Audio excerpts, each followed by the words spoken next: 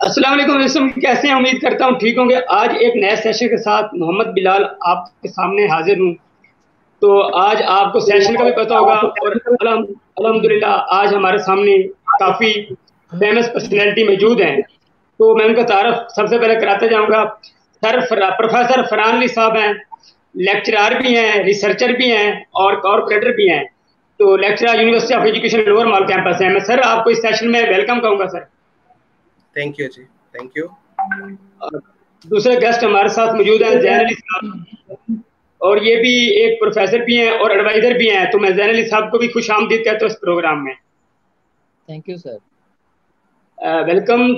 तो सर सबसे पहले टॉपिक तो ऑलमोस्ट सबको पता होगा, सोशल मीडिया और मीडिया का दौर है तो हर चीज़ एडवांस चलती है। तो banking and insurance Pakistan future prospect के लिहाज से टॉपिक लिया गया है। तो माशाल्लाह सर आप इस फील्ड से रिलेटिव हैं, और सबसे पहले मैं सर यही क्वेश्चन इसी से आगाज करेंगे। सबसे पहले तो यही सर बताएंगे हमें कि इंश्योरेंस और बैंकिंग क्या होती है, इसमें क्या फ़र्क है? तो क्योंकि सर जैसे ही किताब का पता हो तो बंदा आगे चलता है। सबसे पहले सर टॉपिक का आगाज करें और इसके मुतालिक अपनी राय शामिल करें। जी अस्सलाम वालेकुम सबको, जो भी यहाँ पे मेरे होस्ट मौजूद हैं, मेरे साथ पार्टनर्स कॉलीग मौजूद हैं और उसके अलावा जो मुझे देख रहे हैं। जो टॉपिक आज का है it's a very hot topic, और आजकल अगर हम देखें तो बहुत लिमिटेड ऑप्शंस, या कोविड का जैसे टाइम पीरियड चल रहा है उस टाइम पीरियड में बहुत कम ऐसे इंस्टीट्यूट्स हैं जो अपना काम इफेक्टिवली, एफिशिएंटली और पूरे टाइमिंग्स में परफॉर्म कर रहे हैं। उसमें से एक बैंकिंग भी है। जी जी। तो सबसे पहले जैसे आपने क्वेश्चन पूछा, मैं वहीं से आगाज करता हूँ। आपने पूछा कि बैंक क्या है, इंश्योरेंस क्या है। बैंक, अगर मैं उसकी बहुत ब्रीफ और एक जामिया सी आपको मैं डेफिनेशन बताऊं तो मैं कहता हूं कि बैंक एक ऐसा इंस्टीट्यूशन होता है जो बोरो करता है लेंड करने के लिए, जो उधार लेता है उसको आगे उधार देने के लिए। जी जी sir. It's simply an institution which borrows to lend, and obviously अब क्या होगा कि ये बोरो करेगा लेसर रेट ऑफ इंटरेस्ट के ऊपर, कम रेट ऑफ इंटरेस्ट के ऊपर, कम मार्कअप पे, प्रॉफिट पे। There are different technical terms, so we'll discuss it if required. और फिर उसके बाद इसको हायर रेट ऑफ इंटरेस्ट के ऊपर लेंडिंग करता है। लेट्स से हम कहते हैं कि जी बैंक ने 8% पे लोन लिया, डिपॉजिट होल्डर से बोरो किया, या डिपॉजिट होल्डर ने अपना एक्सेस पैसा जो था वो जमा करवा दिया। बैंक उसको 8% से ज्यादा रेट ऑफ इंटरेस्ट पे लेंड करने की, इन्वेस्ट करने की मुख्तलिफ ऑप्शंस बैंक के पास मौजूद होते हैं, जिसमें इन्वेस्टमेंट एक है, लेंडिंग एक है, थोड़ा सा टेक्निकली डिफरेंट है। सो उसकी इन्वेस्टमेंट की हायर रेट पे कोशिश की जाती है, और जो दोनों का डिफरेंस है, the rate of interest of lend and the borrowing, the difference between the two is profit of the bank. इसमें से बैंक फिर बहुत सारे एक्सपेंसेस माइनस करता है, एडमिन एक्सपेंसेस है, मार्केटिंग एक्सपेंसेस हैं, या फिर हम कह सकते हैं कि यूटिलिटी एक्सपेंसेस है, सैलरीज पे होती हैं, रेंट पे होते हैं। जब इनको माइनस करते हैं then the bank come up the net profit और द नेट लॉस। अगर एक्सपेंस ज्यादा है, इनकम कम है तो लॉस हो जाएगा, और अगर इनकम ज्यादा है, एक्सपेंस कम है तो प्रॉफिट हो जाएगा। So this is the brief, but this is again the brief working. इसके अलावा फिर बहुत सारे और काम, जैसे लॉकर फैसिलिटी भी देता है, यूटिलिटी बिल्स कलेक्शन करता है, अंडरराइटिंग सर्विसेज देता है, और बहुत सारे और काम है, बट हम ब्रीफ रखते हैं, बेसिक के ऊपर रखते हैं। फिर आपने पूछा सेकंड जो बैंक इंश्योरेंस के ऊपर है। इंश्योरेंस का जो प्राइमरी पर्पस है वो है रिस्क कवरेज, रिस्क मिटिगेशन। हम कहते हैं कि कोई बिजनेस ऐसा नहीं है जो रिस्क फ्री हो। मतलब अगर मैं अपनी ऑडियंस से भी, आप अपने जहन में सोचिए कोई एक ऐसा बिजनेस जिसके अंदर रिस्क नहीं है, तो शायद आप एक भी बिजनेस ऐसा नहीं बता पाएंगे। आप कह सकते हैं कि 0.00001%, but 0.001% there will remain a certain, चाहे वो लिमिटेड है, बट बिल्कुल बिल्कुल सर। तो उस रिस्क को खत्म करना, कम करना, कवर करना, कोई ऐसा एक सेकंड ऑप्शन देखना जो उस रिस्क को अपने जिम्मे ले ले और हमें वो रिस्क कवर कर दे, ये काम इंश्योरेंस का। बिल्कुल सर। अब इंश्योरेंस के अंदर मैंने आपको बताया बहुत सारे रिस्क हैं, जैसे अर्थक्वेक एक रिस्क है, जैसे एक रिस्क है, जैसे लाइफ या डेथ एक रिस्क है, जैसे एयरक्राफ्ट डैमेज एक रिस्क है, जैसे marine risk, so there are lot of risk. इनको हम टेक्निकल लैंग्वेज में, इंश्योरेंस की लैंग्वेज में पेरिल्स कहते हैं। So, इन पैरल्स को कवर करती है इंश्योरेंस कंपनी। जैसे मुझे रिस्क है अर्थक्वेक का, खुदा न खास्ता प्रॉपर्टी है मेरी जो डैमेज हो सकती है, मेरा रिस्क है, तो मैं इस पैरल को, इस रिस्क को इंश्योरेंस में कवर करवाता हूँ कि अगर खुदा न खास्ता अर्थक्वेक आता है और मेरी प्रॉपर्टी डैमेज होती है, तो इस डैमेज की गई, इसका जितना भी लॉस है, नुकसान है, वो इंश्योरेंस कंपनी मुझे कवर करके देगी। सो ये बेसिक वर्किंग होती है। जी बिल्कुल। अपना मैं जैन साहब की तरफ आता हूँ।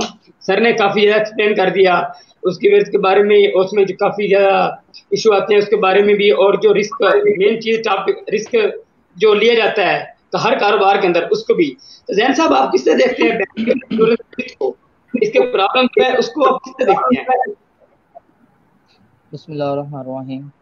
सबसे पहले मैं टीएनपी पूरी टीम का बहुत शुक्र अदा करना चाहता हूँ। साथ साथ आपका बहुत शुक्रगुजार हूँ कि सर आपने हमें एक ऐसा प्लेटफॉर्म मुहैया किया जहाँ पे हम अपनी बात को कन्वे कर सकते हैं। जी।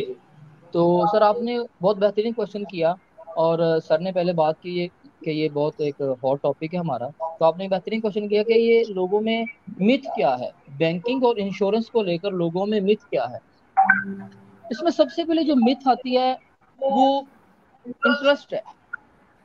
क्योंकि हम एक इस्लामिक मुल्क में रहते हैं, लोग ये समझते हैं कि क्योंकि इस्लामिक, बिल्कुल इस्लाम में सूद हराम है, लोग समझते हैं कि जहां पर बैंक हो गया वहां पे इंटरेस्ट आ गया, वो चीज हराम होगी, हम इसके साइड पे तरफ नहीं जाएंगे। ठीक हो गया, पहली बात। मेन इसका जो मेजर पॉइंट था, वो मिथ, जो मेजर मिथ थी वो थी इंटरेस्ट। दूसरी इसके अंदर अगर मैं देखते हैं कि इसमें इंटरेस्ट रेट के साथ साथ लोगों में अवेयरनेस नहीं है। क्योंकि हम एक एग्रीकल्चर कंट्री हैं, और एग्रीकल्चर कंट्री में लोग प्राइमरी सेक्टर से अप होते हैं, और जो प्राइमरी सेक्टर से अपवर्ड होता है, और आपको पता है जो प्राइमरी सेक्टर ग्रो करता है उसकी एजुकेशन कैसी होती है। हमारा 48% लिटरेसी रेट है। इसमें वो लोग जो सिर्फ अपने साइन करना जानते हैं वो 48% में है। 52% हमारे लोग अनपढ़ हैं जो अपना साइन भी नहीं कर सकते। तो इसमें मेन मिथ यही है कि लोग समझते हैं जहां पर बैंकिंग और इंश्योरेंस का लफ्ज आ जाए वहां पर ये समझते हैं कि ये सिर्फ एजुकेशन लोगों के लिए, जो पढ़े लिखे लोग हैं सिर्फ उसी के लिए, जो अनपढ़ लोग हैं उसके लिए कुछ भी नहीं। ठीक है, सबसे मेन मिथ बताई मैंने आपको। ठीक है जी। और इसमें लोग क्या समझते हैं कि जी फॉर एग्जाम्पल अगर एक गांव में लोग, एक बंदा रहता है, ठीक है, वो बैंक में इसी वजह से नहीं जाता कि जो वहां पे पढ़े लिखे लोग, हमारा तो काम ही कोई नहीं। तो ये इसमें मिथ जो मेन टॉपिक में थी, ये तो मैंने इसमें काउंट कर दी। अब इसमें ये चीज है कि लोग ये समझते हैं कोई भी चीज जो बैंक के साथ रिलेट होगी है वो हराम है। कोई भी चीज, चाहे वो इंश्योरेंस है, चाहे वो सेविंग है, ठीक है, चाहे वो आप ट्रांजैक्शन करते, कुछ भी जो बैंकिंग के साथ अटैच हो गई है वो हराम है। तो ये लोगों में एक मिथ पाई जाती है कि वो हर चीज को लोगों की सुनी सुनाई बातों पे अमल करते हैं, जिस वजह से लोगों में अवेयरनेस नहीं आ रही और वो बैंकिंग और इंश्योरेंस की तरफ कम आ रहे हैं। जी। यहाँ पर एक जिक्र हुआ कि बैंक लोग कम आते हैं, यानी इंश्योरेंस नहीं करवाते। ये अभी भी काफी एरिया में ऐसा है कि उसका इशू क्रिएट हो जाता है। सर अगर यहाँ पर एक थोड़ा सा डिफिकल्ट कंडीशन पैदा हो जाती है, कुछ लोग बैंकिंग और इंश्योरेंस को अच्छा नहीं समझते, मगर डेवलप कंट्री है वो इसको ज्यादा लेकर चलती हैं। तो सर इसको आप किस लिहाज से देखते हैं? इसमें यही है कि डेवलपिंग कंट्रीज, मतलब कि अगर मैं डेवलप कंट्रीज में बाद में जाता हूँ, पहले मैं डेवलपिंग कंट्रीज के ऊपर रहता हूँ। कि आपने मिथ पूछी है, तो एक अच्छा एनालिसिस तब होता है कि जब प्रॉब्लम के साथ उसका सोल्यूशन भी दिया जाए। तो मैंने प्रॉब्लम्स को तो आपको बता दी, लेकिन मैं चाहता हूँ कि साथ में सोल्यूशन भी आपको बता दूं इस चीज के। अब देखा जाए कि अगर अरब ममालिक में देखा जाए, इस्लामिक कंट्री में देखा जाए, सऊदी अरबिया इंश्योरेंस के लिहाज से स्ट्रॉन्गेस्ट कंट्री देखी जाती है, इस्लामिक कंट्री के लिहाज से। तो अगर हम बैंक को हराम समझते हैं, तो मुझे ये बताएं कि अगर बैंक इंटरेस्ट क्रिएट करता है तो उसमें बैंक अगर हराम समझते, उसमें बैंक, इस्लामिक बैंक फिर क्या है? इस्लामिक बैंक भी वही चीज आ जाती है। तो इसमें पहला सोल्यूशन ये देना चाहता हूँ कि हमारा वेल स्टेब्लिश बिजनेस तब होगा जब हमारी इंश्योरेंस और बैंकिंग सिस्टम अप होगी, लोगों में अवेयरनेस होगी। यहाँ पे ऊपर मैंने एक मिथ बताई है आपको, लोगों ऊपर मैंने एक मिथ बताई, उसका सोल्यूशन बताने लगा हूँ कि लोगों में अवेयरनेस नहीं है, बैंकिंग सेक्टर में और कस्टमर में रिलेशन नहीं है वो वाला, इनमें कॉपरेशन नहीं है। जी बिल्कुल, आपने जी जी जैन साहब, मैं सर फरहान साहब को करवाता हूँ। सर यहाँ पर जैन साहब ने दो डिस्कशन ऐड की हैं, तो इसमें एक बहुत अच्छा क्वेश्चन पैदा होता है इस्लामिक लिहाज से, यूरोपियन और यानी डेवलप कंट्री, और यहाँ पर जो हमारा एक इस्लामिक सेक्टर है, यहाँ पर अक्सर अक्सर ये इशू क्रिएट रहते हैं, वो बैंकिंग की तरफ नहीं जाते, वो अक्सर पुराने दौर की तरफ लोग मगन होते हैं। तो इस सर इसको आप किस तरह लेते हैं? देखें, जो बात अभी जैन साहब ने की जी जी कि इंटरेस्ट एक एलिमेंट है जिसकी वजह से हमारी लोग जो हैं या जो पब्लिक है, because we are Muslim country and जी जी being the Muslim country as it is prohibited in Islam, जी जी तो myth and there is a fact that it should be avoided. I ji personally feel that interest should be avoided, being a Muslim, being a you can say an Islamic country. जी जी जी उसके अलावा हमारे मुल्क में अब उसके solutions मौजूद हैं, like we have Islamic banking, we have जी जी Meezan bank limited, similarly Al Baraka bank मौजूद है, बैंक अल फलाह बिल्कुल and just to let you all people know that State Bank has made it mandatory for every bank to open Islamic branches. जी जी और exactly it was targeted in 2020 we will be moving towards Islamic banking. However, exactly sir obviously इतना basic root जो है वो conventional banking के roots बहुत stronger हो चुके हैं, सो इट्स नॉट जी that easy to convert conventional banking into Islamic banking. So इस जी सर हवाले से time has extended probably up to 2025 and inshallah the Pakistan will convert its conventional banking towards Islamic banking. So जी जी we sir have the options, we have the alternatives, we can avoid interest, we can save ourselves from riba or interest, whatever you say it. लेकिन उसके साथ साथ जैसे एक हमारा education का प्रॉब्लम है, जी अभी सर हम बहुत लेवल पे बात नहीं कर रहे कि कौन सा बैंक इस्लामिक है कौन सा बैंक इस्लामिक नहीं है. अभी तो लोग बैंक का नाम सुन के डरते हैं, लोग बैंक एग्जैक्टली में सर नहीं जाना चाहते, लोग बैंक की ट्रांजैक्शंस नहीं करना चाहते. Just for an easy example कि आप देखें कि अगर एक यूटिलिटी बिल आपके पास मौजूद है, आप जी जी मोबाइल बैंकिंग के थ्रू, आप इंटरनेट बैंकिंग के थ्रू आप उसको कन्वीनियंटली घर बैठे जमा करवा सकते हैं. लेकिन एग्जैक्टली जी सर हमें हमें जब तक या इन जनरल पब्लिक जब तक उसकी रसीद उसके ऊपर एक स्टैंप या एक ठप्पा नहीं लग जाता बैंक का, तब तक हम उसको एक्सेप्ट नहीं करते या हमें डर लगता है कि शायद ये जमा नहीं हुआ. सो बिल्कुल जब सर एक आपकी मेजॉरिटी इलिटरेट है, अनफॉर्चुनेटली मुझे ये कहते हुए अफसोस के साथ कहना पड़ रहा है, इलिटरेट जिस भी वजह से है, we are under developed country और we are basically developing country, तो अभी हम उस लेवल पे नहीं पहुंचे. जी बट जी सर एक वजह तो ये है कि बैंक के बारे में एक कॉमन पर्सन, एक लेमैन जाते हुए डरता है. जी फिर जी जो बिल्कुल सर एजुकेटेड है वो भी रिस्क नहीं लेना चाहते, वो लाइन में लगना ज्यादा पसंद करते हैं बजाय इंटरनेट बैंकिंग को यूज करने के लिए. सो इंटरनेट इसलिए बैंकिंग को तो बैंक का कस्टमर रिलेशनशिप है, बैंक को तो कस्टमर्स चाहिए, बैंक को तो डिपॉजिट चाहिए, बैंक को तो लैंडिंग भी करनी है, लेकिन ये जो जी गैप क्रिएट हुआ वही एजुकेशन से, अवेयरनेस से, डिफरेंट बैंकिंग प्रोग्राम से ये सॉल्व होगा और इंशाल्लाह it will take time. State bank ने भी एक लिटरेसी जी जी प्रोग्राम का सर आगाज कर दिया है, फाइनेंशियल लिटरेसी के नाम से प्रोग्राम है, जिसका पर्पस यही है कि एक जनरल पब्लिक को, लेमैन को सारी डिटेल्स जो हैं वो कम से कम जो बैंक की बेसिक्स हैं, डिपॉजिट, जी जी लैंडिंग, बिल पेमेंट, बिल्कुल सर. इसके जो उसके बेसिक राइट्स हैं उसके बिल्कुल बारे सर में अवेयरनेस के लिए कंप्लीट प्रोग्राम कर चुके हैं. बिल्कुल। तो सर हमारे थर्ड केस भी हम ज्वाइन कर चुके हैं, सैयद अली इमरान। तो सर माशाल्लाह ये कॉर्पोरेट बैंक भी हैं, कॉलमिस्ट भी हैं, 100 से ज़्यादा लिख चुके हैं, और इकॉनमी में आई थिंक नेटवर्क इशू आ रहा है। बिल्कुल सर, नेटवर्क इशू आ गया हमारे गेस्ट का, जैसे भी ज्वाइन करते हैं इंशाल्लाह तो सर सैयद अली इमरान साहब की राय इसमें शामिल करते जाएंगे।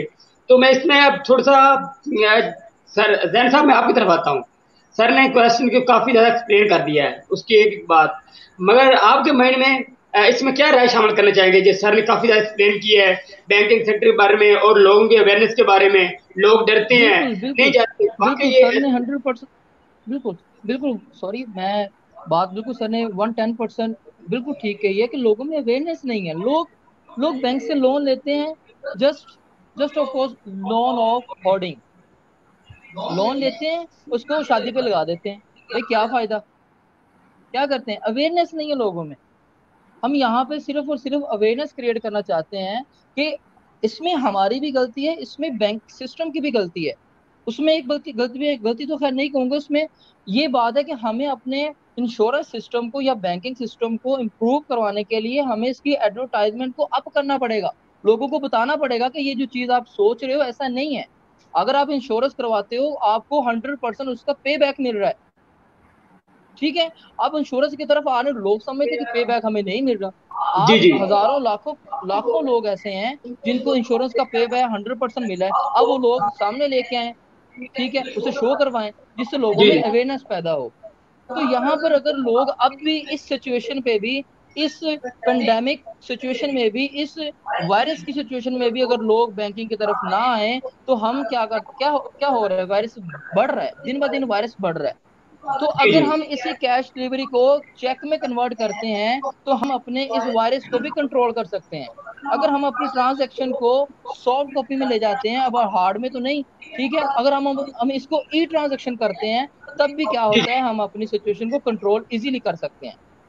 बिल्कुल। जी बिल्कुल जैन साहब आपने सही फरमाया, यहाँ पर अवेयरनेस का बहुत ज्यादा इशू आ रहा है, उस बारे में आपको एक्सप्लेन किया। तो मैं सैयद अली इमरान साहब को वेलकम कहूंगा। सर खुश आमदीद, आप प्रोग्राम में शामिल हुए और आपने कीमती वक्त दिया। सर आपने अस्सलाम काफी ज्यादा, वालेकुम। वालेकुम सलाम। वालेकुम। सर आपने माशाल्लाह काफी ज्यादा कॉलम लिखी हैं अपना बैंकिंग एंड इंश्योरेंस और इकानमी पर। तो सर इस हमारे टॉपिक को आप किस तरह सर कोलैबोरेट करेंगे, इसमें क्या चीज मजीद हम बेहतर कर सकते हैं अपने पाकिस्तान में फ्यूचर के अंदर बैंकिंग और इंश्योरेंस को देखते हुए?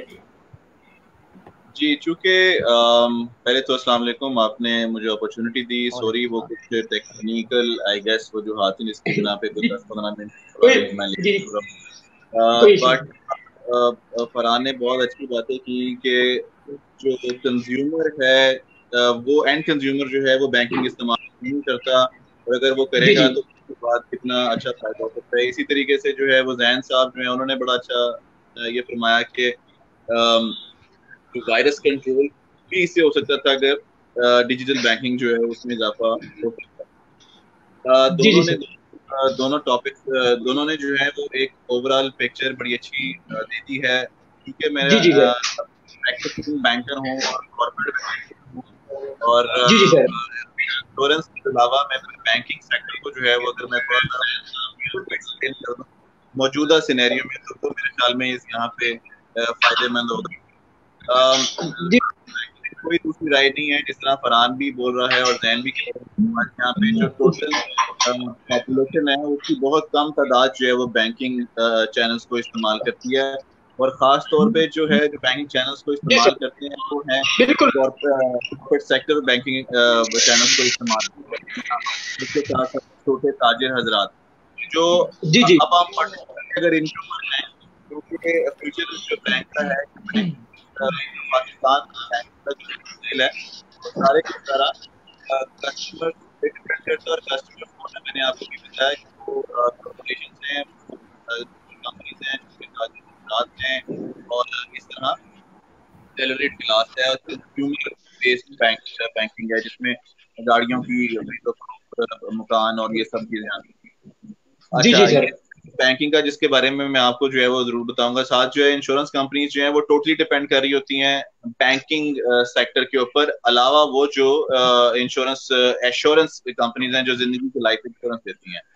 जी जी तो दोनों जो हैं वो लाजिमल मलजूम हैं, ये दोनों एक दूसरे के ऊपर ग्रो करते हैं। और पाकिस्तान में आगे जो इस वक्त बैंकिंग का फ्यूचर है, मैं बड़ी जी जी पर्टिकुलर से शुरू करूंगा, क्योंकि इकोनॉमी की सूरत हाल जो है बैंकिंग की के साथ दोनों बिल्कुल एक साथ चलती हैं। जी और बिल्कुल सर इस वक्त जो है आज से अगर हम ये 5-6 साल पहले चले जाएं तो आपने देखा होगा कि जो डिस्काउंट रेट था वो काफी कम था। उस कम जी जी डिस्काउंट सर रेट में जो सबसे लोएस्ट 5.25% पे टच किया था उस वक्त काइबोर, जिसके ऊपर जो जिसको शरह सूद कहते हैं आम जुबान में, वो जो है वो जी सर तकरीबन वो 6 के पास जो है वो घूम रही थी। अभी बिल्कुल सर इसके बाद क्या हुआ कि पीएमएलएन के आखिरी दौर में जो काइबोर ये जो डिस्काउंट रेट है इसमें काफी जी जी थोड़ा थोड़ा इजाफा होना शुरू हुआ, और इमरान खान के दौर में जो है इसमें काफी इजाफा हो गया। इसके जी पीछे सर बहुत बात होती है जिसमें इन्फ्लेशन का भी इसके अंदर रद्द अमल होता है, और इसके साथ साथ आप ये देख रहे होते हैं कि आपके जो बैरूनी कर्जे हैं उसके पैरिटी निकलती है इन्फ्लेशन से, तो हम एक पर्टिकुलर डिस्काउंट निकाल रहे होते हैं। Exactly sir. डिस्काउंट रेट जब इंक्रीजिंग ट्रेंड में होता है तो बैंक्स पैसे कमा रहे होते हैं। जब जी sir. Discount rate decreasing trend में होता है तो बैंक्स पैसे कमा नहीं पा रहे होते, या उनकी अपॉर्चुनिटी कॉस्ट जो है वो उसमें इजाफा हो रहा होता है। जब अपॉर्चुनिटी कॉस्ट में इजाफा होता है तो जो बैंक्स हैं, जाहिर है कि उनके प्रॉफिट्स के ऊपर प्रेशर आता है, और वो एडमिनिस्ट्रेशन को जो है वो कंट्रोल करने के लिए, जो एडमिन कॉस्ट है उसको कंट्रोल करने के लिए बहुत सारी कटौतियां करते हैं। जी सर, बिल्कुल। फ्यूचर ऑफ बैंकिंग का अगले 1-1.5 साल में जायजा लें तो एक्सपोर्ट्स जो है पाकिस्तान की $3 अरब, जिस तरह अब्दुल रज़ाक दाऊद साहब ने फरमाया, या इसको हम ये कह सकते हैं 30% of total international trade Pakistan की श्रिंक करेगी। जब 30% इंटरनेशनल ट्रेड श्रिंक कर रही है तो जाहिर है कि उसके साथ रिलेटेड जो इंस्ट्रूमेंट्स हैं और उसके साथ रिलेटेड एलसीओ कोई बैंक से खोल रहा होगा, कोई बाहर से इंपोर्ट नहीं कर रहा होगा, एक्सपोर्ट बैंक को इस्तेमाल नहीं कर रहा होगा, तो जाहिर है कि बैंक के इधर से मुनाफे पे डेंट पड़ेगी। जी, एक तरफ कोविड-19 आलमी रिसेशन जो 100 साल की तारीख का सबसे बदतरीन रिसेशन इस वक्त कंसिडर हो रहा है, इवन 1935 से ज्यादा जो है कंसिडर हो रहा है रिसेशन बदतरीन पूरी वर्ल्ड का, उसका इम्पैक्ट पाकिस्तान पे बहुत शदीद आ सकता है ये अगले फाइनेंशियल ईयर 2021 में। इसी वजह से बजट बड़े मुनासिब तरीके से बनाने की कोशिश की गई है, कोई नए टैक्स ताकि उसमें ना लगे और अवाम को रिलीफ मिले, क्योंकि अवाम जो बिजनेसेस हैं अगर वो रिलीफ में रहेंगी तो वो बैंकिंग भी करेंगी, वो आगे ग्रो भी करेंगी। जो बिजनेस ग्रो करेगा बैंकिंग साथ साथ ग्रो करेगी। तो आपने दो चीजें यहाँ पे मैंने फरमाई कि एक तरफ जो है डिस्काउंट रेट जो है वो स्क्वीज हो रहा है, कम हो रहा है, एक दूसरी तरफ से जो है वो एक्सपोर्ट इंपोर्ट कम हो रही है, तो जो बैंकिंग के प्रॉफिट हैं वो आगे होना शुरू हो जाएंगे। अब चूंकि एक्सपोर्ट इंपोर्ट दोनों कम हो रही हैं तो जाहिर है कि सबसे बड़ी इंश्योरेंस कंपनीज का जो इन्हिसार होता है जर्नल इंश्योरेंस के ऊपर होता है, मेरीन इंश्योरेंस पे होता है, फायर इंश्योरेंस पे होता है। अब ये जर्नल फायर और मेरीन इंश्योरेंसेज जो हैं ये इनके ऊपर काफी जिसे कहते हैं, जिस तरह बैंक्स के ऊपर थोड़ा टफ वक्त आ रहा है, तो इंश्योरेंस कंपनीज के ऊपर बहुत बुरा वक्त आ रहा है, क्योंकि उनकी बिजनेसेस जो है वो मुतासिर करती हैं, वो इलास्टिक हैं इससे। और अब आगे अब ये अगले 1 साल तक ये बैंकों के जो हालात होंगे वो ऊपर नीचे जाएंगे, जिसमें बड़े बैंक्स जो है वो सर्वाइव करेंगे, या मिडिल टीयर में बड़े बैंक्स जो है वो सर्वाइव कर रहे होंगे, बाकी बैंक्स को काफी जो है वो नुकसान पहुंचने का खदशा है। इसके अलावा फ्यूचर ऑफ बैंकिंग के अंदर एक आखिरी चीज मैं और साथ ऐड करूंगा बाकी, ताकि जो है उनको भी मौका मिले, वो ये कि जो बैंकिंग सेक्टर में एक सबसे बड़ी चीज जो है ना वो प्रोविजनिंग होती है। अगर कोई कंज्यूमर लोन लेने वाला या कोई कॉर्पोरेट लोन लेने वाला डिफॉल्ट करता है या वो डिफॉल्ट होता है तो बैंक उसकी प्रोविजनिंग कर देता है। ये प्रोविजन जो है वो पहले से एक अमाउंट तय कर ली जाती है कि वो प्रॉफिट एंड लॉस अकाउंट में से आपने माइनस कर देनी है, ताकि आप जो है वो आने वाले वक्त में उसका देख सको कितना इम्पैक्ट आपके, इसको हम प्रूडेंट कंसेप्ट कहते हैं। प्रूडेंट कंसेप्ट के जरिए आप उस चीज को वाज़ेह कर रहे होते हो। अभी एक आखिरी चीज, पाकिस्तान में जो है वो एक और बैंकिंग सेक्टर में धमाका जो है वो हो सकता है, वो है IFRS 9 का इंटरनेशनल फाइनेंशियल जो रिपोर्टिंग स्टैंडर्ड है, वो 9 जो है वो डिलेड हुआ है टिल 31 दिसंबर 2019 तक। उसके बाद पहली जनवरी 2020 में उसके लिए फिर एक डिले करने के लिए डेफरमेंट मांगी गई इंटरनेशनल फाइनेंशियल इंस्टीट्यूशंस के साथ। तो पाकिस्तान को जो है दिसंबर 2020 तक की डेफरमेंट मिली है, लेकिन दिसंबर 2020 के फौरन बाद यानी 1 जनवरी 2021 से अगर डेफरमेंट ना मिली तो IFRS 9 जो फाइनेंशियल इंस्ट्रूमेंट के ऊपर कंट्रोल की बात करता है, वो प्रोविजनिंग जो मैंने अभी पहले बताया कि डिफॉल्ट अगर हम होता हुआ देख रहे होते हैं, वो एक्चुअल डिफॉल्ट होता है जो स्टेट बैंक ऑफ पाकिस्तान की एक जो असूल है उनके मुताबिक हम 25% पे, 50% पे, 100% पे कर रहे होते हैं। बट यहाँ पे क्या होगा कि यहाँ अर्ली इवेल्युएशन जो है वो हो रही होगी financial statements of that particular customer या उसकी फाइनेंशियल हेल्थ देखते हुए, और वो जो है वो इनिशियल असेसमेंट होगी और बाद की असेसमेंट होगी। And this is very very crucial. ये बहुत एक जिसे कहते हैं कि डेवलपिंग कंट्री के लिए खतरनाक IFRS 9 है, इसको जी बड़े तरीके से डालना पड़ेगा। Please over to you. बिल्कुल, thank you so much sir, आपने काफी ज्यादा इसमें हर एक टॉपिक को मुकम्मल एक्सप्लेन कर दिया। सर मैं इसी से एक क्वेश्चन जुड़ता हूँ, सर फरहान साहब की तरफ जाता हूँ मैं। सर जिस तरह सर ने बात की कि आने वाले दिनों में हमारा मेन टॉपिक यही है कि हमने फ्यूचर में कोई प्लानिंग बनानी है, नई पॉलिसी लेकर आनी है जिससे बैंकिंग और इंश्योरेंस बेहतर हो। मगर कोविड-19 भी है, सर ने बात की कि हमारे हालात यानी डेवलपिंग कंट्री जितने भी हैं उनके लिए स्टेबल नहीं होंगे, मगर हमें यहाँ पर एग्रीकल्चर भी पीछे चला गया, टिड्डी दल के जिस तरह हमले, और कोविड-19 की वजह से हमारी सनतें भी इतना ज्यादा स्टेबल नहीं है।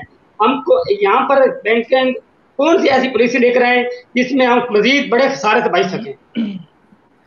या सर फरहान साहब सर। देखें, पहले तो जैसे अली इमरान साहब ने इतना हमें थोड़ा सा डरा भी दिया और इतने डिटेल में जो एक्सप्लेन किया उसको थोड़ा सा आसान कर दूं। जी जी बिल्कुल। प्रोविजनिंग है, बेसिकली प्रोविजनिंग का मतलब है कि आप देखें कि मैं देखता हूं कि मेरा एक एसेट था। एसेट वो चीज है जो मुझे आने वाले वक्त में वापस मिलनी है। मैंने किसी को लोन दिया था तो वो मुझे 2 माह बाद वापस करेगा, तो मेरा एक एसेट है। अब ऐसे तमाम एसेट्स, मैंने आपको शुरू में बताया बैंक का काम ही यही है कि वो बोरो करते हैं या डिपॉजिट टेकिंग करते हैं for the purpose of landing.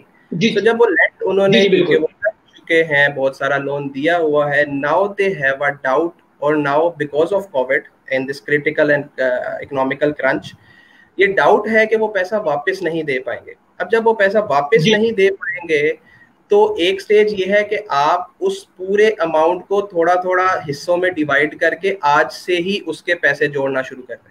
जैसे आप कहते हैं मैंने एक लैपटॉप लेना है, तो इकट्ठे पैसे नहीं है तो चले आज मैं कुछ पॉकेट मनी में से लैदा करता जाता हूँ, and eventually when come up with all together of the money, तो फिर मैं वो परचेज कर लूंगा। सेम इज द केस के बैंक एक बड़े खतरे से बचने के लिए, एक बड़े इम्पैक्ट और लॉस से बचने के लिए अभी ही अपने प्रॉफिट में से कुछ हिस्सा अलहदा कर देता है। हम इसको प्रोविजनिंग कहते हैं। जी बिल्कुल।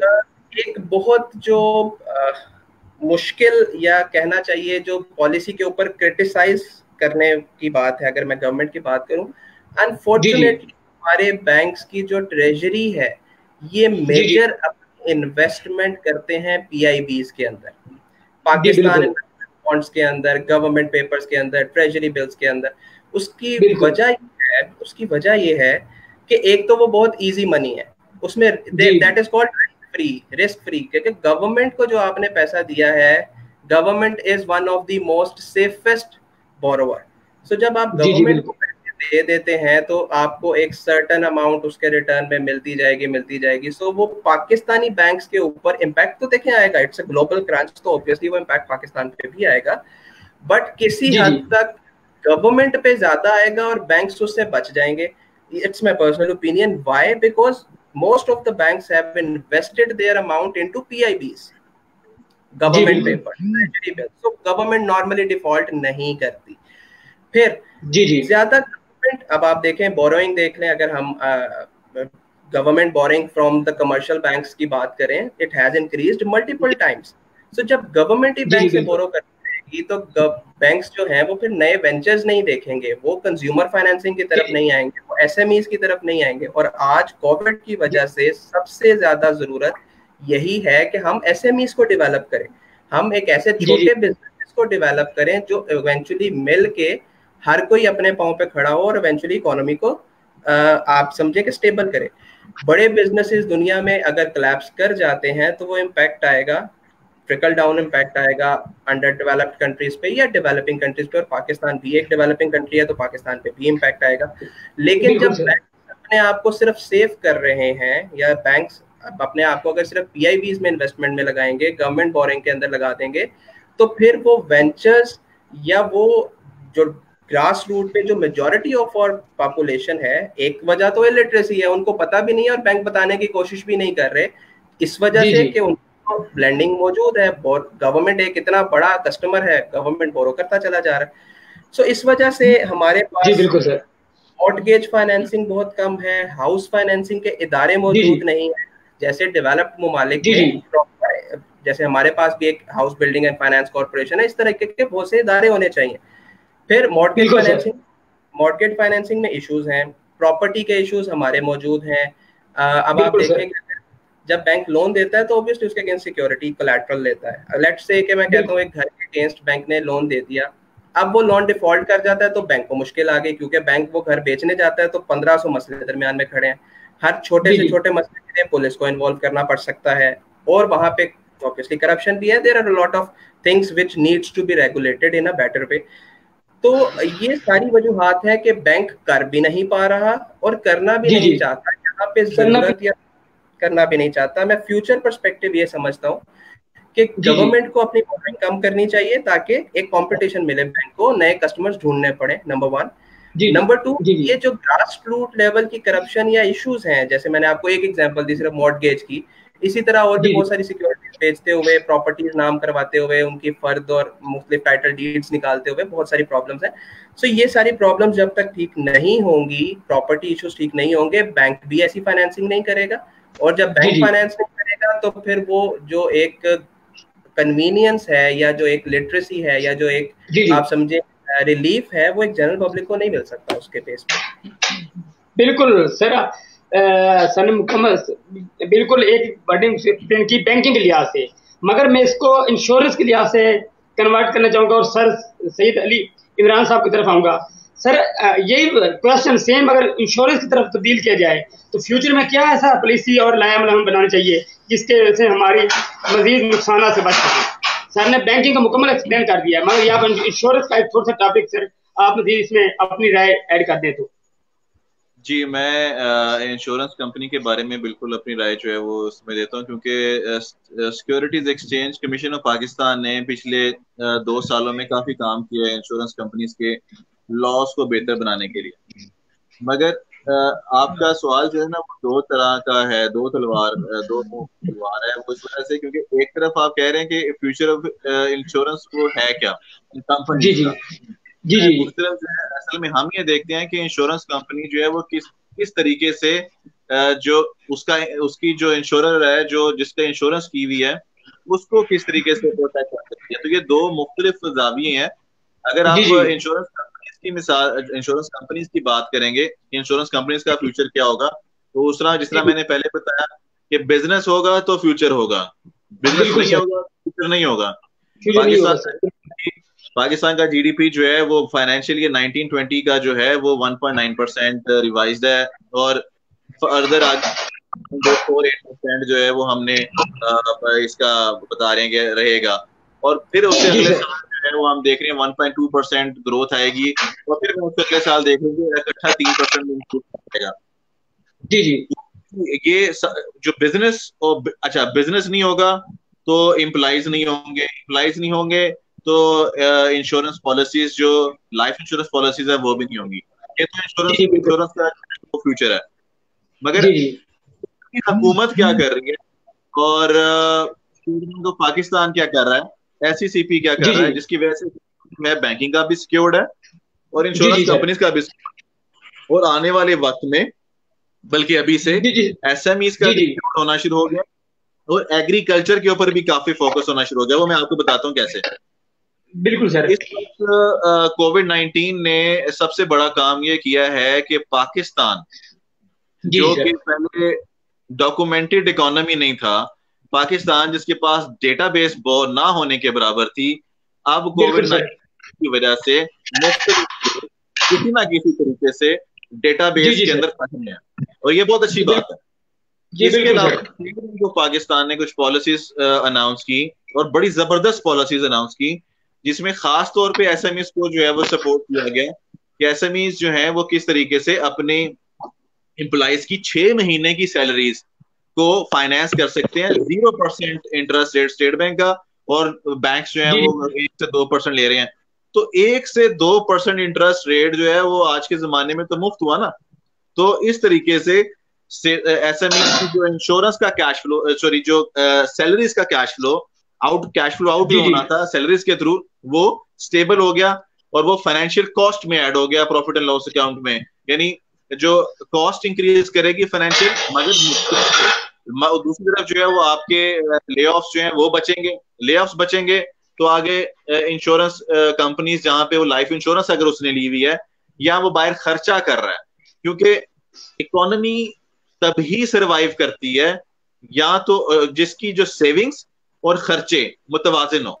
अगर बहुत सेविंग्स हो रही होती हैं तो खर्चे खराब हो जाते हैं और डेवलपमेंट नहीं होती और उससे जीडीपी खराब होता है। अगर बहुत खर्चे हो रहे हैं और सेविंग नहीं हो रही तो भी ये उसका नेगेटिव इम्पैक्ट आता है। इस वक्त कोविड-19 की वजह से स्टेट बैंक ऑफ पाकिस्तान ने बहुत सारी चीजों को जो है वो पकड़ने की कोशिश की है। जैसे एक मैंने आपको बताया सैलरीज एंड वेजेस, दूसरा जिस तरह फरहान साहब ने बड़ा अच्छा मशवरा दिया कि एसएमईज को जो है वो नए वेंचर्स को हुकूमत को जो है वो लगाना चाहिए। तो अब क्या कर रहे हैं, turf temporary running finance scheme जो है वो 1 साल के लिए लॉन्च हुई है।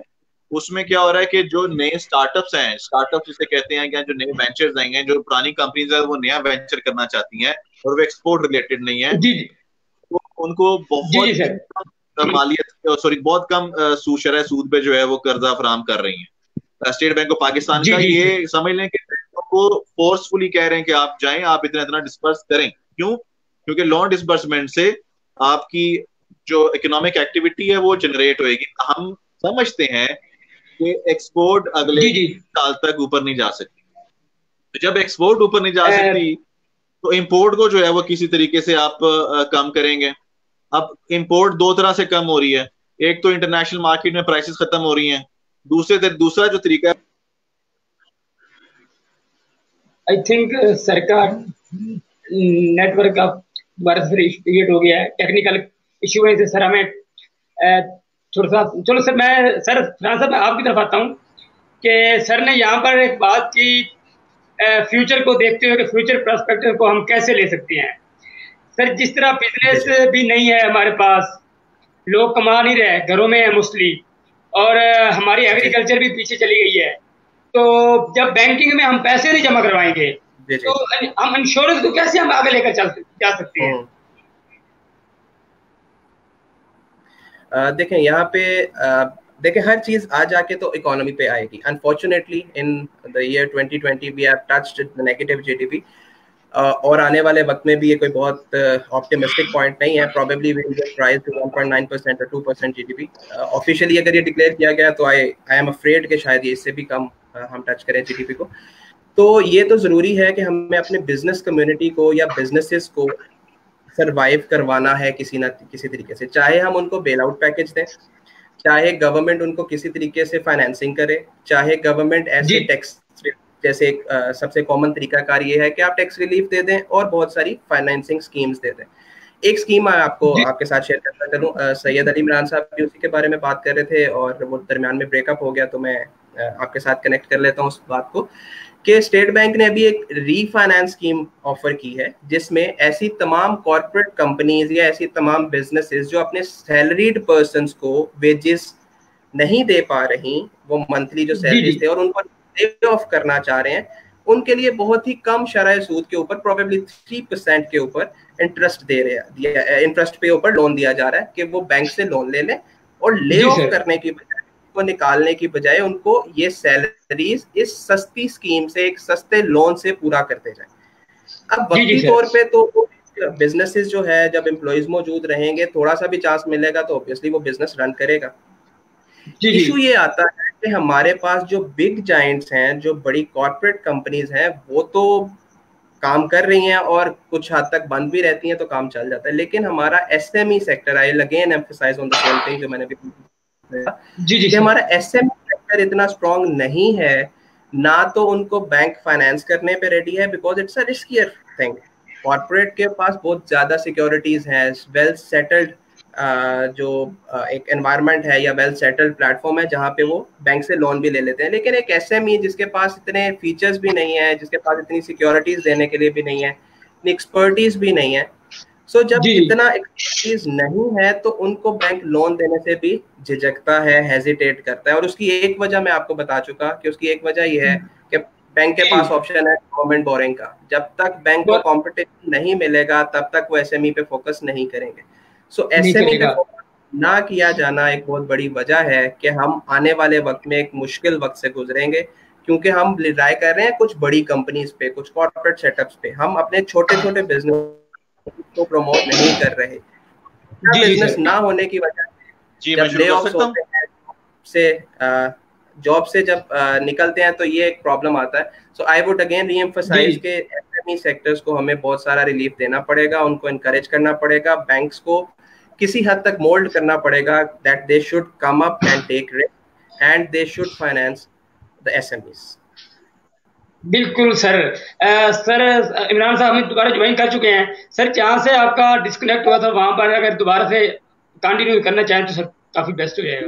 मैं बिल्कुल ऐड जो है वो इसलिए कर रहा था, जितना बिजनेस होता है उसी तरीके से जो है वो बैंक ग्रो करती हैं, उसी तरीके से इंश्योरेंस कंपनीज ग्रो करती हैं। ये तो आपने इंश्योरेंस कंपनीज के फ्यूचर के बारे में पूछा, तो स्टेट बैंक और गवर्नमेंट काफी कोशिश कर रहे हैं कि किसी तरीके से जो है वो बैंक्स और इंश्योरेंस कंपनीज को जो है वो तबाह होने से बचाएं और इवन पाकिस्तान एसएमईज और कॉर्पोरेट को फरोग दें। और अब आगे एग्रीकल्चर पर भी बहुत फोकस है स्टेट बैंक ऑफ पाकिस्तान का, और वो बैंकों को कह रहे हैं कि वो ये काम करें। इसके अलावा फरहान ने जितना पीआईबीज की बात की, बिल्कुल ठीक ही कि पीआईबीज में काफी पैसा लगा होता है बैंकों का, मगर यहाँ पे ये बात बताना जरूरी है कि इस्लामिक बैंक जो पाकिस्तान में तकरीबन 5 इंडिपेंडेंट और तकरीबन 12 से 13 जो है झेली शाखों वाले बैंक्स हैं, जो इस्लामिक बैंक पीआईबीज और टी बिल से पैसा नहीं लगा सकते।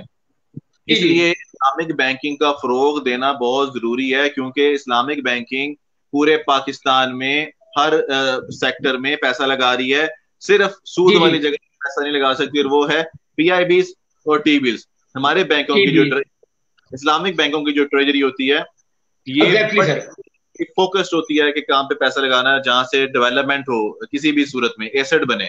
एसेट नहीं बनेगा तो इस्लामिक, इसी वजह से एसेट बनने के लिए इस्लामिक बैंकिंग का होना बड़ा जरूरी है, और एसेट बनेगा पाकिस्तान करेगा, कोई भी इकोनॉमी ग्रो करेगी। मैं इंश्योरेंस कंपनीज की बात की तो इंश्योरेंस कंपनी इसी तरीके से ग्रो करेंगी कि अगर बिजनेस ग्रो करेगी, ग्रो नहीं करेगा इंश्योरेंस कंपनी करेंगी। इसके अलावा जो आखिरी बात करना चाहता हूँ वो ये है कि इंश्योरेंस कंपनीज किस तरीके से एससीसीपी ने रेगुलेट किए हैं, और वो बड़े तरीका उन्होंने अच्छे तरीके से। पहले क्या हो रहा था कि पहले इंश्योरेंस कंपनीज ने वो बेलगाम तरीके से मुख्तलिफ इंश्योरेंस कवरेज देती थी जिनके ऊपर बहुत ज्यादा चेक्स नहीं थे। अब एक्सटर्नल रेटिंग का एक तरीकेकार जो है वो एससीसीपी ने लागू किया है। इसके अलावा इंश्योरेंस कंपनी क्या करती थी कि बगैर प्रीमियम पे करवाए हुए इंश्योरेंस रिलीज कर देती थी, और जब बुनियाद पे बैंक जो है वो गाड़ियां रिलीज कर देते थे या घर रिलीज कर देते थे। अब क्या है कि जब तक प्रीमियम नहीं करेंगे या जब तक आप प्रॉपर इंश्योरेंस का जो पेड रसीद जो है वो आपके पास नहीं आएगी तो बैंक भी जो है वो डिस्बर्समेंट या लोन नहीं देंगे, जिससे बैंक भी सेव हो जाएगा। और वो इंश्योरेंस तो असल में जिसके पैसे बैंक में जमा हुए होते हैं वो भी सेव हो जाएगा, जो है वो खराब नहीं होगा। जो फरहान ने प्रोविजनिंग की बात की है वो भी नहीं होगी। तो ये सारा सर्कल दूसरे से रेगुलेट होता है कि किस तरीके से government of Pakistan, state bank of Pakistan, securities exchange commission of Pakistan किस तरीके से इस चीज को मॉनिटर करती हैं, और किस तरीके से एंड कंज्यूमर रिस्पॉन्ड करता है, बैंक रिस्पॉन्ड करता है। ये तमाम मिल के इकोनॉमी बनाती हैं, और कंजम्पशन और सेविंग के दरमियान में तवाजुन जो है वो पाकिस्तान की इकोनॉमी को स्ट्रॉन्ग कर सकता है। और आगे आने वाले 3 साल बहुत अहम है। 2023 तक जो है वो हमें बहुत ध्यान से इस रिसेशन के पीरियड से निकलना होगा। सर मैं जैन साहब से जाने से पहले मैं फरहान साहब की तरफ आता हूँ। सर इमरान साहब ने एक बहुत अच्छी बात की है कि हमें इस्लामिक बैंक को इम्प्रूव करना होगा। तो सर मैं यहाँ पर एक क्वेश्चन करूंगा, कौन सी ऐसी पॉलिसियां बनाने पड़ेंगी कि हमारे इस्लामिक बैंक इम्प्रूव हों और लोग भी हमारे एक मुस्लिम कंट्री होने के नाते ज्यादा से ज्यादा लोग उसकी तरफ अट्रैक्टिव होंगे, क्योंकि जैसे हम इस्लामिक नाम सुनते हैं कि हम मुतमईन हो जाते हैं भाई हमारी हर चीज सेफ है। कौन सी ऐसी पॉलिसी हमारे पॉलिसी सामने आएगी जिससे हम इस्लामिक बैंक बेहतर कर सकते हैं? जी वो पॉलिसी है एजुकेशन, वो पॉलिसी है अवेयरनेस, दैट्स इट। जी सर।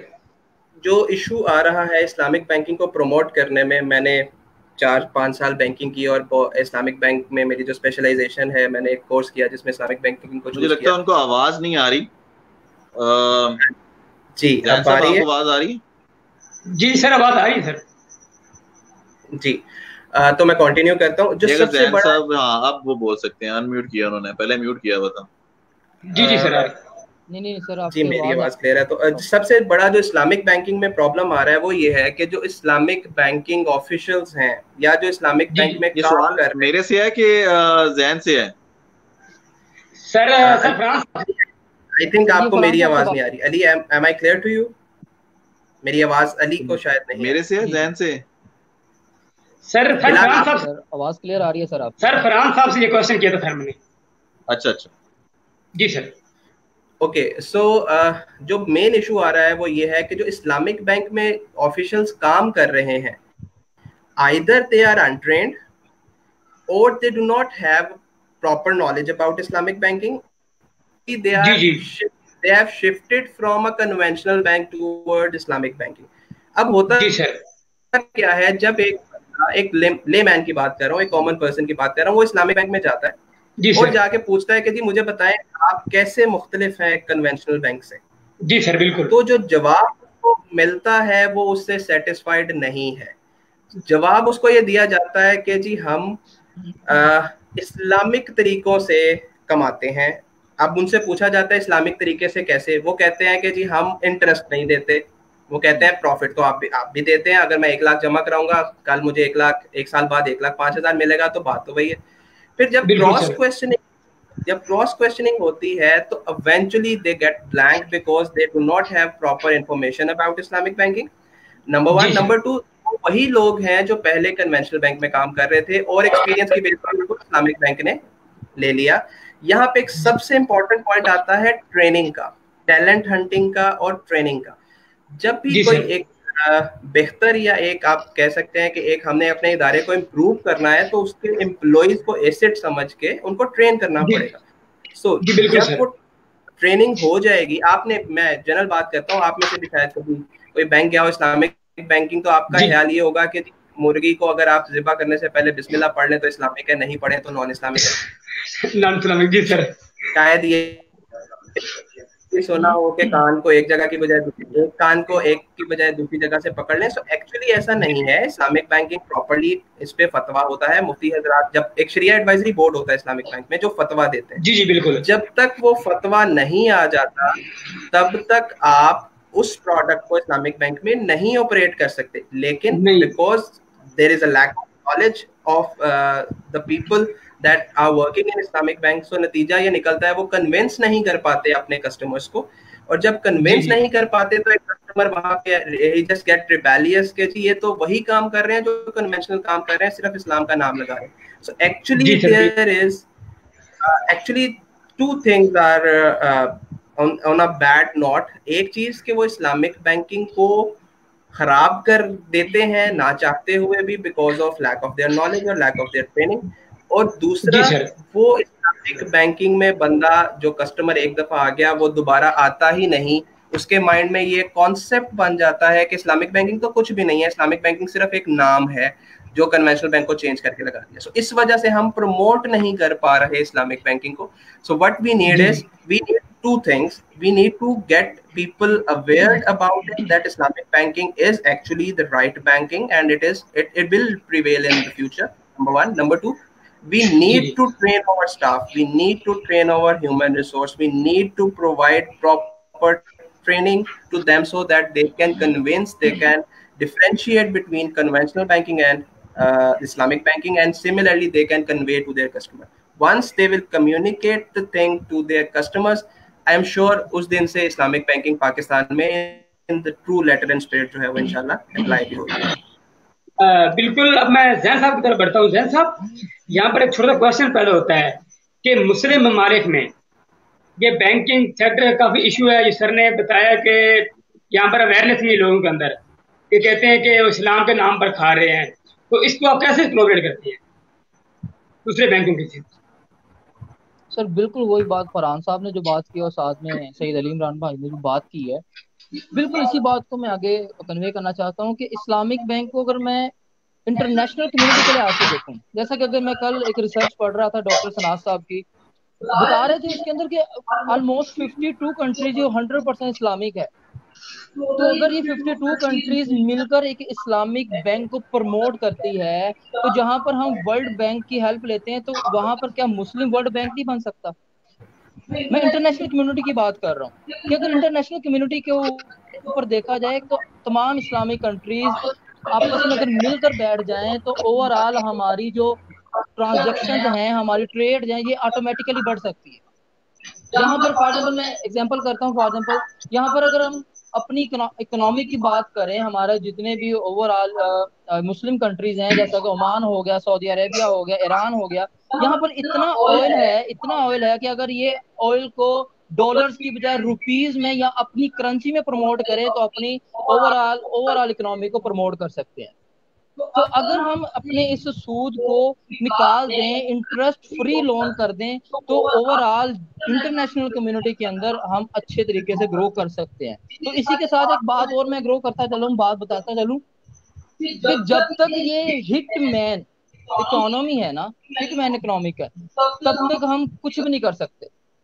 जैसा कि हिटमैन में क्या होता है कि यूनाइटेड, जो आपके पास यूनाइटेड नेशन है, ठीक है, आपने यूनाइटेड नेशन के बाद जाना है। उसमें क्या होता है कि आपने फ्री ऑफ कॉस्ट क्या करना है, उसने आपकी हेल्प करनी है और फ्री ऑफ कॉस्ट करनी है।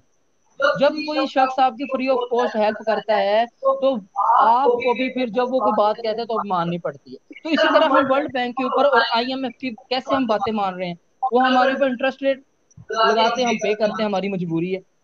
तो क्या ऐसा नहीं हो सकता कि जहां पर हम यूनाइटेड नेशन को फॉलो करते हैं वहां पे मुस्लिम यूनाइटेड नेशन ऑर्गेनाइजेशन बन जाए जो मिल पे काम करे? अभी एक एग्जांपल इसमें साथ एक और कोड कर देता हूँ, मुस्लिम कंट्री के लिहाज से बात करना चाहता हूँ कि निटो फोर्स है, एक निटो फोर्स जो अगेंस्ट टेररिज्म के खिलाफ, मतलब कि जितने भी दहशतगर्द उनके खिलाफ बनी हुई निटो फोर्स, उसमें ऑलमोस्ट अप्रोक्सीमेटली 40 कंट्री ऐसी हैं, मतलब 40 कंट्री इसमें पार्टिसिपेट करती हैं, जिसमें से 13 जो कंट्रीज हैं वो आपके पास आ जाती है इस्लाम में। जी बिल्कुल। सर अली इमरान साहब की तरफ बढ़ता हूँ। यहाँ पर एक एनालिस्ट का क्वेश्चन पैदा हो गया है सर, कौन सा ऐसा यहाँ पर तजिया सामने आ सकता है कि हम सारे इस्लामिक कंट्री जितने भी बैंकिंग सेक्टर है उसको इम्प्रूव करके एक प्लेटफॉर्म पर चला सके? आप माशाल्लाह कॉलम भी लिखते हैं कि आपके माइंड में कौन सा क्वेश्चन पैदा होता है? देखिए, मुस्लिम दुनिया में सबसे बड़ी जो ऑर्गेनाइजेशन है वो OIC है। जी सर। जो बिल्कुल गैर फाल है। इसके अलावा OIC के साथ साथ जिस तरीके से वर्ल्ड बैंक और एशियन डेवलपमेंट बैंक और इस तरीके से दूसरे डेवलपमेंट बैंक्स हैं under the flag of United Nations और डिफरेंट दीगर अदारों के अंदर जो काम करते हैं, जी सर, उस तरीके से IC इनका इस्लामिक डेवलपमेंट बैंक भी है जिसको IDB कहते हैं, और इसके अंदर एक पर्टिकुलर झेली इदारा ICD है जो इस्लामिक फाइनेंस है उसको डील करता है। मगर बेस ही स्ट्रॉन्ग ना हो, जिसमें OIC बेस ही स्ट्रॉन्ग ना हो, जब यूनाइटेड ही ना हो, जिस तरह उन्होंने बताया यूनाइटेड मुस्लिम समथिंग हो जाए, तो सबसे पहली बात तो ये आपके फेसबुक के ऊपर जो है ना ये लाइव जो जारी है ये बंद ही ना हो जाए, क्योंकि ये हिजबुल तहरीर का जो है वो मौकिफ है। और जो दूसरी ये बस मजाक था, बट दूसरी जो ये, लेकिन ये हिजबुल तहरीर का जो है वो मौकिफ है यूनाइटेड नेशंस ऑफ इस्लाम। ये मैं आपको बता दूं कि ये हो चुका है मेरे साथ भी। और इसके बाद जो है वो दूसरी चीज जो है वो ये है कि पाकिस्तान जो है, सारों की नजर जो है वो पाकिस्तान से कहीं ना कहीं जुड़ जाती है।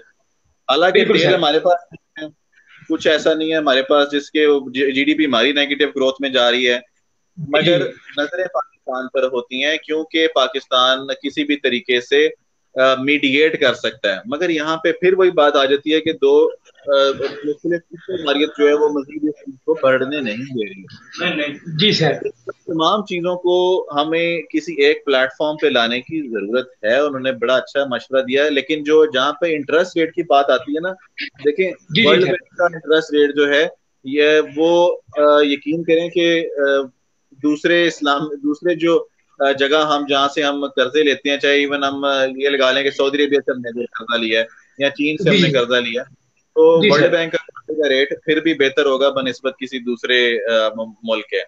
और इसी तरीके से IMF को महंगा लोन इसलिए पड़ता है, महंगा उसका इंटरेस्ट रेट नहीं है, महंगा उसकी शराइत है। वो शराइत जिनकी बुनियाद हमने ये नेगेटिव GDP देखी है, ये शराइत इतनी सख्त होती है कि इस शराइत पर अमल करने के लिए आपको पूरी इकोनॉमी की जो है वो डैश करना पड़ता है। मगर इस दफा मैं थोड़ा सा जो है उसमें ऐड कर दूं, यहाँ पे कोई हिटमैन नहीं है ना, यहाँ पे कोई सिलसिला है, यहाँ पे टिपिकल इकोनॉमिक प्रिंसिपल्स के ऊपर पिछले 1.5-2 साल से हम काम कर रहे हैं। 1.5-2 साल से जो है इकोनॉमिक, आप सीधा सीधा अगर किसी ने इकोनॉमिक्स पढ़ी है तो डिमांड एंड सप्लाई है। Demand and supply, price effect होती है, प्राइस बनती है। डिमांड एंड सप्लाई की बुनियाद पे ही क्वांटिटी डिफाइंड हो रही होती है। डिमांड एंड सप्लाई की बुनियाद पे इन्फ्लेशन हो रही होती है। इंटरेस्ट रेट इन्फ्लेशन इंक्रीज इसलिए इंक्रीज थी क्योंकि डॉलर जो है वो इंक्रीज किया। डॉलर इसलिए उसकी पैरिटी बढ़ी क्योंकि पहले आर्टिफिशियली नीचे दबा के रखा हुआ था डॉलर को, कर्जे ढेर सारे लेके।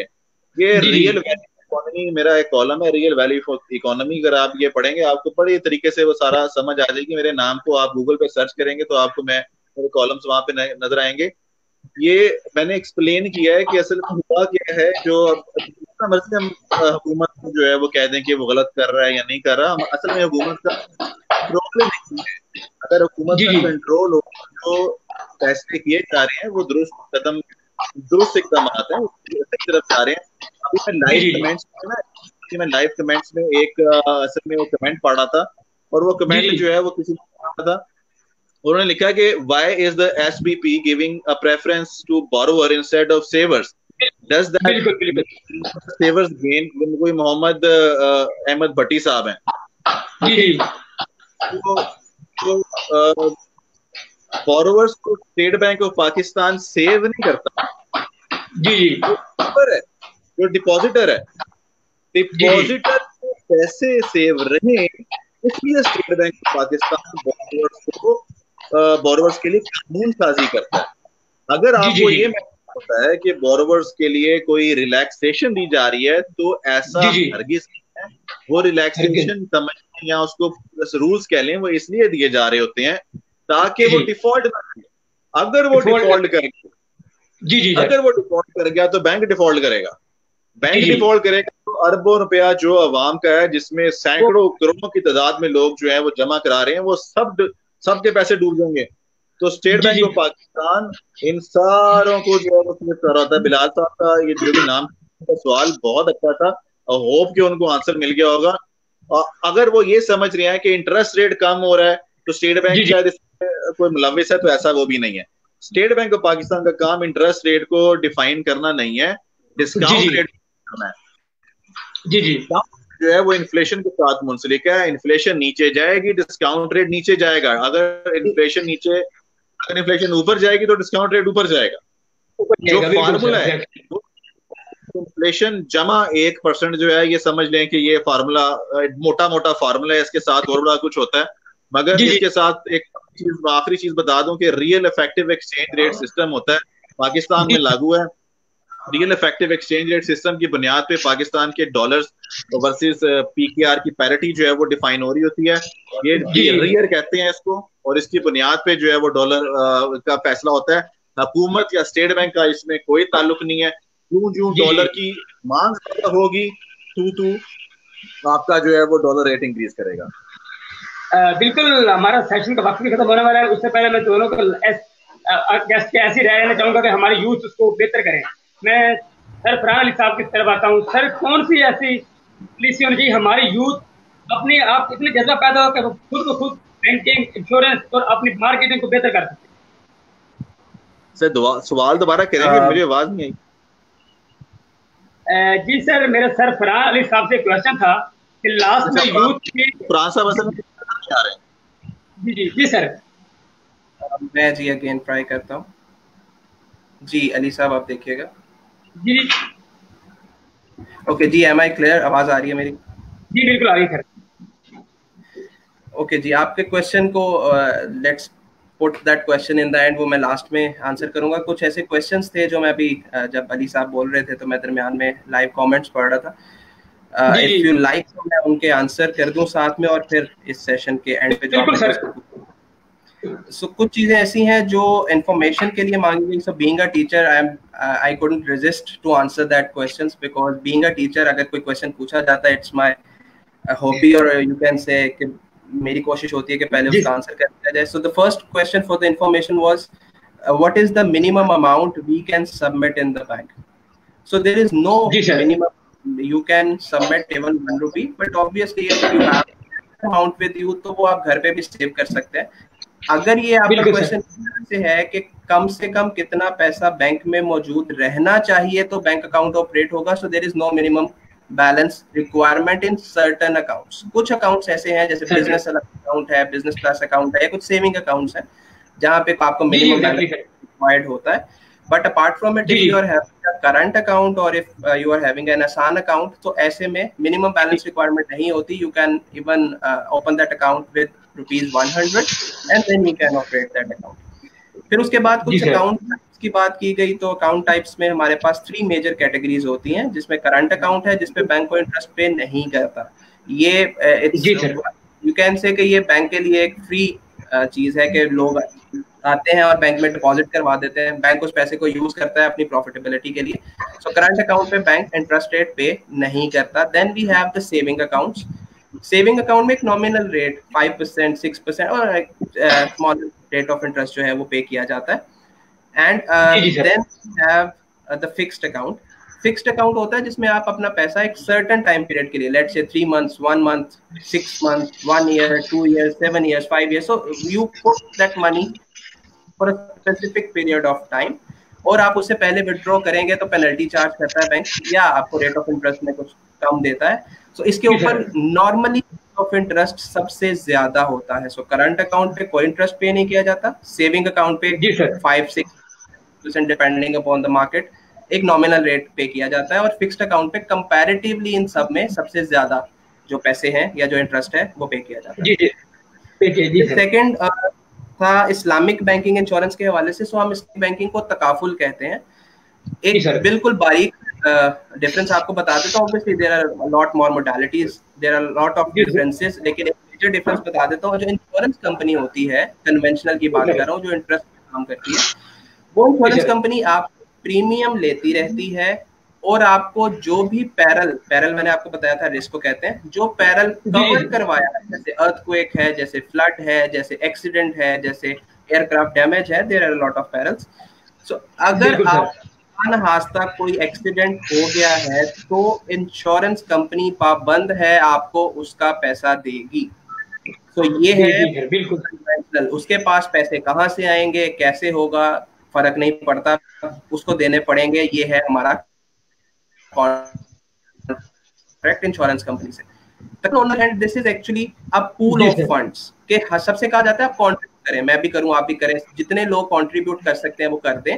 और फिर खुदा न खास्ता किसी बंदे को कोई लॉस हो जाता है, कोई रिस्क आ गया, उसकी वजह से एक्सीडेंट हो गया या कुछ लॉस या डैमेजेस हो गए, तो उसी पूल ऑफ फंड से उसको पैसे दे दिए जाते हैं कि आप अपना जो लॉस है वो कवर कर लें। सो एक्चुअली ये एक भाईचारा जिसको आप कहते हैं, उस तरीके से मिल के एक पैसा पूल इकट्ठा कर लेना और जिसको नुकसान हुआ उसको दे देना। लेकिन जब ये पूल खत्म हो जाता है, जब पैसे खत्म हो गए, जैसे इतना लॉस हो गया कि सबको दे दिए, तो अब क्योंकि पूल में पैसे नहीं है, तो इंश्योरेंस का ये तकाफुल की या इस्लामिक इंश्योरेंस की ये जिम्मेदारी नहीं रहती, या वो पूल खत्म हो चुका है तो अब वो लॉस मजीद पूरा नहीं कर सकता। तो जिनका लॉस पूरा नहीं हुआ वो अपना लॉस बेयर करेंगे। सो ये बेसिक फर्क आ जाता है। इंश्योरेंस कंपनी को पैसे देने ही देने, आप जैसे मर्जी दे, क्योंकि वो कमिटमेंट किया था, कॉन्ट्रैक्ट किया था।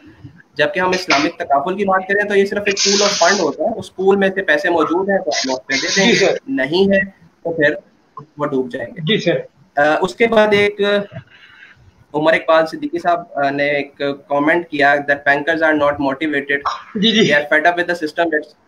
ये बहुत ठीक बात है कि बैंकर सुबह 9 बजे आता है, शाम को 7-8 बजे आता है, there is almost 9 to none job, उसके अगेंस्ट बहुत ज्यादा पर्क्स भी नहीं है, अलाउंसेस भी नहीं है।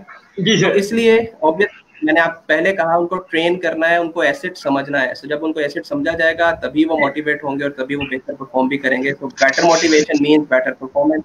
जी सर, बिल्कुल।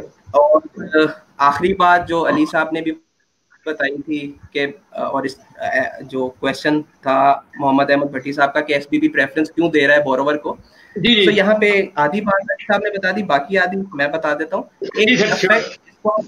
एक टेक्निकल टर्म है मल्टीप्लायर इफेक्ट। जी सर। मल्टीप्लायर इफेक्ट का मतलब ये है that if a person borrows that money, वो उसको कहीं ना कहीं इन्वेस्ट करेगा। एक पैसा जो सिर्फ में पड़ा हुआ है वो आपको या इकोनॉमी को कुछ नहीं दे रहा, या एक पैसा जो आपने घर में गोल्ड ले लिया, प्रॉपर्टी ले ली, या घर में पैसे सेव कर लिए, कहीं किसी सरहाने में डाल के सी लिए, तो वो पैसे जाया, इन्फ्लेशन की वजह से उनकी वैल्यू कम हो रही है, उनसे कोई फायदा नहीं होगा। जब ये पैसे आपको देंगे, बोरोवर लेगा, तो वो कहीं ना कहीं इन्वेस्ट करेगा, कोई ना कोई इकोनॉमिक एक्टिविटी जनरेट होगी। इकोनॉमिक एक्टिविटी जनरेट होने का मतलब ये है कि मजीद एम्प्लॉयमेंट होगी। एम्प्लॉयमेंट होने का मतलब है मजीद बिजनेस बढ़ेगा, क्योंकि लोगों की बाइंग पावर बढ़ेगी, लोगों के पास पैसा आएगा बिजनेसेस से, तो बाइंग पावर बढ़ेगी तो मार्केट में डिमांड बढ़ेगी। ये एक पूरा सर्कल चलता है। सो इसलिए गवर्नमेंट कोशिश करती है कि ऐसी इंडस्ट्रीज को या ऐसे बिजनेसेस को या ऐसे सर्विसेज को प्रमोट किया जाए जो फर्दर एम्प्लॉयमेंट भी जनरेट करें।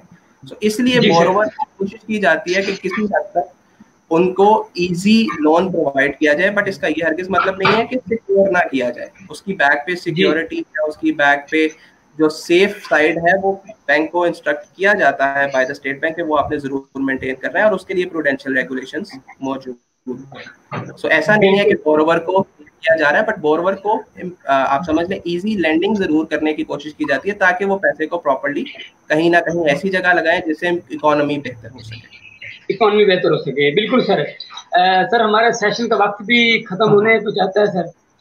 तो सबसे पहले मैं हमारे जो दो गेस्ट मौजूद नहीं है यहाँ पर, उनका मैं शुक्रिया अदा करता हूँ कि इतना कीमती वक्त दिया, और सबसे बढ़कर सर आपका शुक्रिया अदा करता हूँ कि जो सर स्ट्रेंथ की मैं जोश देख रहा था सर, आपको देखकर मुझे बहुत खुशी हुई कि हमारी यूथ ने और हमारे स्टूडेंट ने सर आपकी सजेशन को लाइक किया सर। और मुझे ऐसी भी सजेशन आ रही है कि सेशन सर का ऐसा भी एक और भी होना चाहिए कि हम मजीद इसको इम्प्रूव कर सकें। तो मुझे खुशी हुई कि मेरे आई गेस्ट स्पीकर को मेरी ऑडियंस ने पसंद किया। तो सर मैं इसी के साथ इजाजत चाहता हूँ, और सर आपका शुक्रिया अदा करता हूँ अगेन कि सर आपने कीमती वक्त हमें दिया। बहुत शुक्रिया। अल्लाह हाफिज। अल्लाह।